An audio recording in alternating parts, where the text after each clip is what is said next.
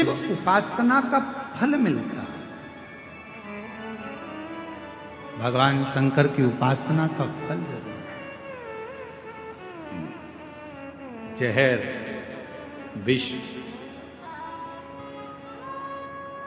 शिव के कंठ पर गया। मेरी माता जगत जननी जगदम्बा अम्बा महारानी को मालूम पड़ा, माँ दुर्गा भवानी को मालूम पड़ा कि कंठ में विष आ गया,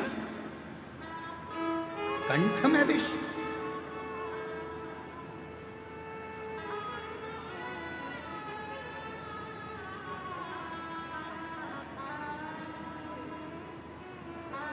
पार्वती जी तुरंत दौड़ पड़ी। बाबा बाबा बाबा भोलानाथ भोलानाथ शंभुनाथ त्रिकालदर्शी कैलाशी अविनाशी अविनाशी कहती कहती मेरी माँ दौड़, मेरी माता दौड़ पड़ी। पहुंची, भोले बाबा का जब स्वरूप देखा मेरी माता ने तो पूरा शरीर नीला पड़ रहा था। बोल नीलकंठेश्वर महादेव की जय। पूरा शरीर नीला पड़ रहा था। पार्वती जी ने भगवान के स्वरूप का दर्शन किया। स्वरूप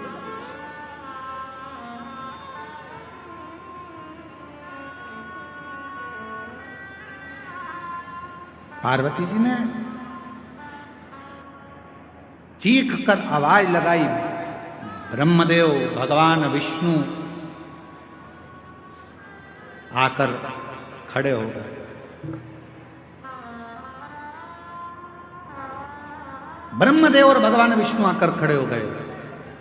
आद्य शक्ति मां दुर्गा भवानी का जो स्वरूप देखा तो गुस्से में लाल थी, क्रोध आ रहा था, नेत्र ज्वाला लाल थी, भयंकर। जब नेत्र ज्वाला लाल थी तो उनको देखकर आश्चर्य में पड़ गए भगवान स्वयं ब्रह्मा विष्णु स्वयं।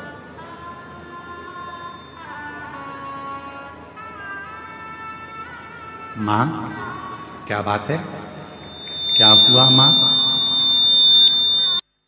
आज आप बहुत क्रोध में दिख रही हो मां, आज आप बहुत गुस्से में दिख रही हो मां।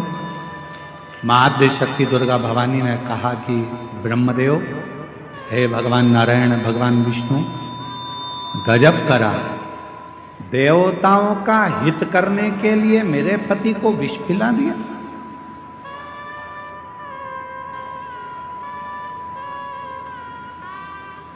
देवताओं का हित करना था तो मेरे पति को विष। भगवान नारायण ने, भगवान ब्रह्मा जी ने मां आद्य शक्ति दुर्गा भवानी के हाथ जोड़ा, निवेदन, मां 33 कोटि देवताओं में कोई देवता ऐसा नहीं है कि इस विष को पचा सकता। बुराई को पचाना, निंदा को पचा लेना, अपशब्दों को पचा लेना, तानों को पचा लेना, आड़े टेढ़े शब्द व्याख्यान को पचा लेना, यह हर किसी के बस की बात नहीं है। लोग आपको गाली देते हैं और आप पचा लो, ये बहुत बड़ी बात है। लोग आपको बद्दुआ दे रहे हैं, श्राप दे रहे हैं, आड़ा टेढ़ा कह रहे हैं, उसके बाद भी आपके मुख से कुछ ना निकले, आपने वो पचा लिया। लोग आपको आड़ा टेढ़ा कहें तो भी आप पचा ले रहे हो। यह कोई सहज वाली बात नहीं है। दुनिया के ताने, गाली, अपशब्द, आड़े टेढ़े वचन वही पचा सकता है जिसके दिल में और जिसके दिमाग में स्वयं शिव समाया होता है। भगवान शंकर होंगे तो पचा पाए। पत्नी ने कुछ किया, पचा गया। परिवार वालों ने कुछ किया, पचा गया। कोई ने कुछ बोला, पचा गया। घर के लोग कहते रहे ये तो हमारी तो सुनते ही नहीं है, ना जाने इनको क्या पड़ा रहता है, सबसे हेत बनाकर चलते हैं, सब लूटे जा रहे हैं, सब लिए जा रहे, सब ऐसा किए जा रहे, इसके बाद भी इनके मुख से आवाज नहीं निकलता। अरे भाई, शिव कथा कहती है, भगवान शंकर का सुंदर कथा वर्णन करती है। कुएं में से लोटा भरकर पानी लोग निकालते रहेंगे तो उस कुएं में नया जल भी बाबा की कृपा से आता ही रहेगा। प्राप्त क्या? उसने तुमको गाली दे दी, उसने तुमको अपशब्द कह दिया, उसने आड़ा टेढ़ा कह दिया, उसने ऐसा बोल दिया, उसने तुमको श्राप दे दिया, उसने तुमको बद्दुआ दे दी और तुमने पलट कर जवाब नहीं दिया।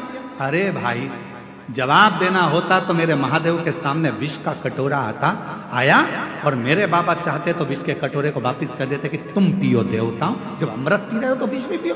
पर मेरे बाबा ने अमृत की चाह नहीं रखी, विष पी गए। इसीलिए शायद सारे देवता देवता कहलाते हैं और मेरा देव महादेव कहलाता। विष पी गए इसलिए देव महादेव हो गए।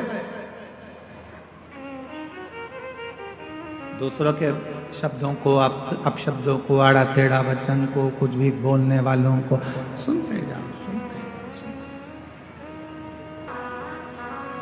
भटकने वाले भटकते रहेंगे, कहने वाले कहते हैं।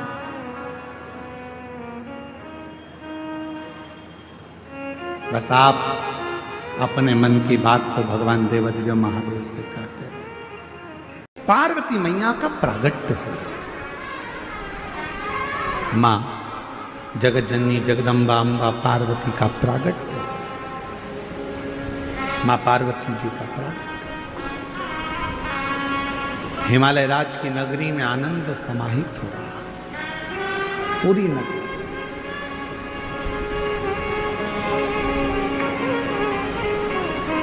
पूरी नगरी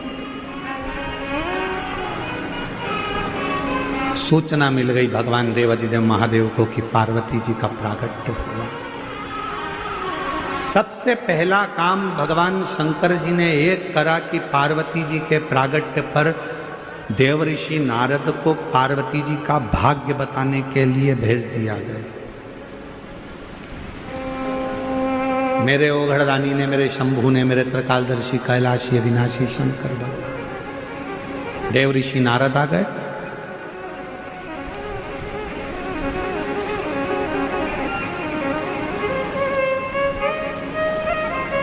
मैनावती की गोद में पार्वती जी थी।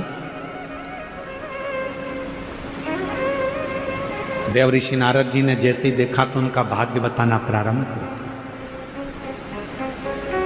इनको जो पति मिलेगा वो भस्मी रमाने वाला, जटाजूट बांधने वाला मिलेगा। तुम्हारी पुत्री पार्वती को जो पति मिलेगा वो नग्न वेशधारी मिलेगा।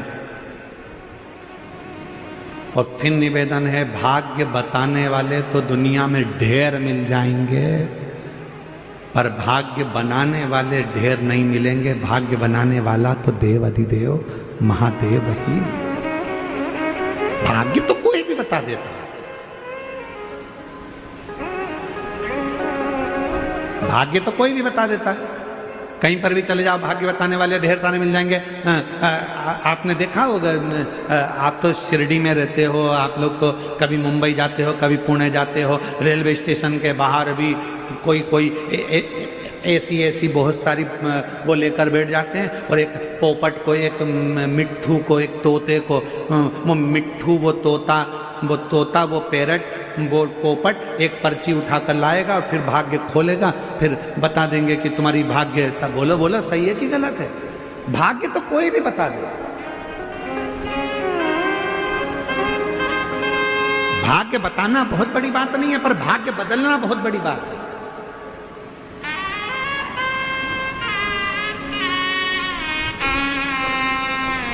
और मेरे देवाधिदेव महादेव किसी का भाग्य कभी नहीं बताते। यशोदा जी ने पूछा था हमारा भाग्य बता दो, तो शिव जी ने मना कर दिया।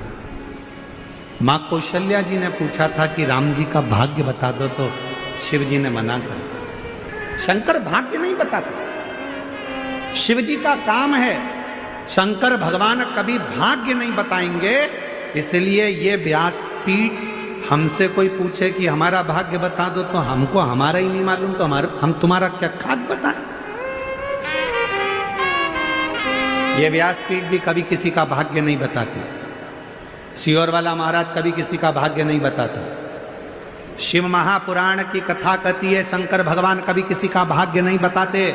पर शंकर भगवान एक काम करते हैं, एक लोटा जल चढ़ाने वाले का भाग्य बदल देते हैं, भाग्य बना देते।